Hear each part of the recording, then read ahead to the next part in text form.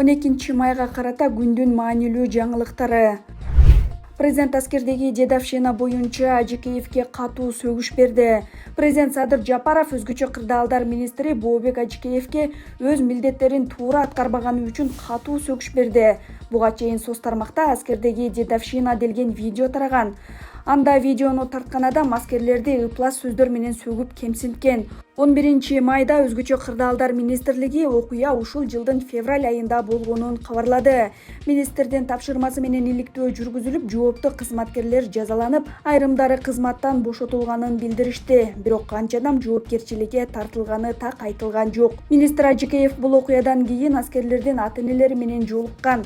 11 майда окуя тууралуу видео материал коомчулукка тарагандан кийин министр Ажикеев жана биринчи орун басары Мамбетов менен аталган аскердик бөлүккө барып, аскер кызматчыларынын ата-энелери менен жолугуп, кырдаалды жеринен дагы бир ирет баалашты деп жазылган ÖKM тараткан маалыматта. Жоокерлерге карата зомбулук фактысы боюнча аскер прокуратурасы кылмыш ишин козгоду.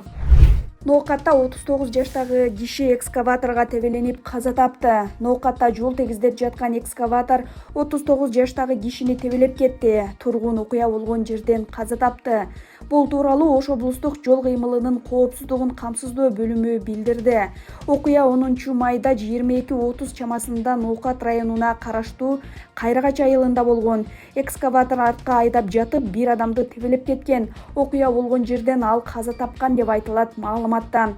Өткөн жылдын 12 сентябрында Ноокатта 54 жаштагы жумушчуну көпүрөнүн бетон плитасы басып калып каза тапкан. Анда Ош Разаков Уна жолунун чоң эски көпүрөсү буздурулуп жаткан болчу. Кыргызстандык кыз Аалам сулуусу сынагында никеге туруу үчүн адам урдоо көйгөйүн көтөрдү. Индияда өткөн Аалам сулуусу 2025 сынагына катышкан кыргызстандык Айжан Чаначаева New Way аттуу даректүү долбоорун тартуулап, мажбурлап никеге туруу үчүн адам урдоо көйгөйүн көтөрдү. Ал 2018 жылы Бурулай Турдалиеванын жана 2021 жылы Айзада Канатбекованын кайгылуу өлүмү өзгөрүүлөр зарыл экенин эске салган оор окуялар болгонун белгиледи. Изилдөөлөргө ылайык акыркы жылдары миңдеген кыздар бул ырайымсыз тажрыйбанын курмандыгы болду. Кийин алардын көбү зомбулукка кабылып, депрессия болуп, ал эмес суицидке да барышкан дейт Айжан. Анын айтымында биргеликте кыргыз кыздарынын мүмкүнчүлүктөрүн кеңейтип, алардын ар биринде тандоо эркиндиги жана маңыздуу жашоого мүмкүндүгү болгон Кыргызстанды курууга мүмкүн. Кыз келиндерди мажбурлап никеге туруу үчүн урдоо бул Кыргызстандагы реалдуу көйгөй. Көпчүлүк учурларда кызды урдоо зордуктоо менен аяктайт. Ал эми коомдун басымына туш болгон кыздар уурдаган тараптын үй бүлөсүндө калып, токтобогон үй бүлөлүк зомбулуктан жабыркап келет. Азыркы иштеп жаткан мыйзамдарда мажбурлап никеге тургузуу максатында адам уурдоо үчүн 5 жылдан 7,5 жылга чейин эркинен ажыратуу жазасы каралган. Бирок көпчүлүк учурларда мындай иштер сотко жетпей, мыйзам бузгандар тийиштүү жазаларын албай калышат. Агрессордун жазасыз калышы уурдалган кыздын өлүмү менен аяктаган учурлар бар. Буга Бурулай Турдалиева менен Айзада Канатбекованын окуяларын мисал кылсак болот. Бул кыргыз кыздары сулуулук сынактарында аялдарга карата зомбулук маселесин көтөргөн алгачкы учур эмес.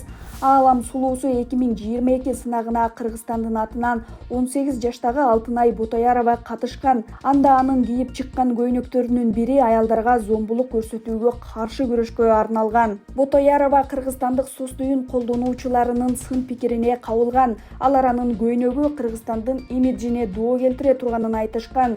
Буга байланыштуу кыз кечирим сурап, Instagram баракчасынан ал көйнөгү менен түшкөн сүрөтүн өчүрүүгө аргасыз болгон. УКМК Тажикстанга мал өткөрүүгө аракеттенген коргоо министринин кызматкерин кармады.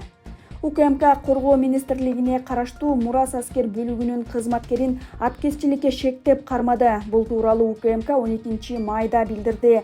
Атайын кызмат тараткан маалымат боюнча 28 апрелде Лейлек районунун Интернационал айылында аскер кызматкери Тажикстанга бодо малды мыйзамсыз алып өтүүгө аракет кылган учурда кармалган.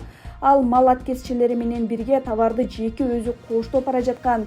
Бул факты боюнча материалдар аскердик прокуратурага өткөрүлүп берилген.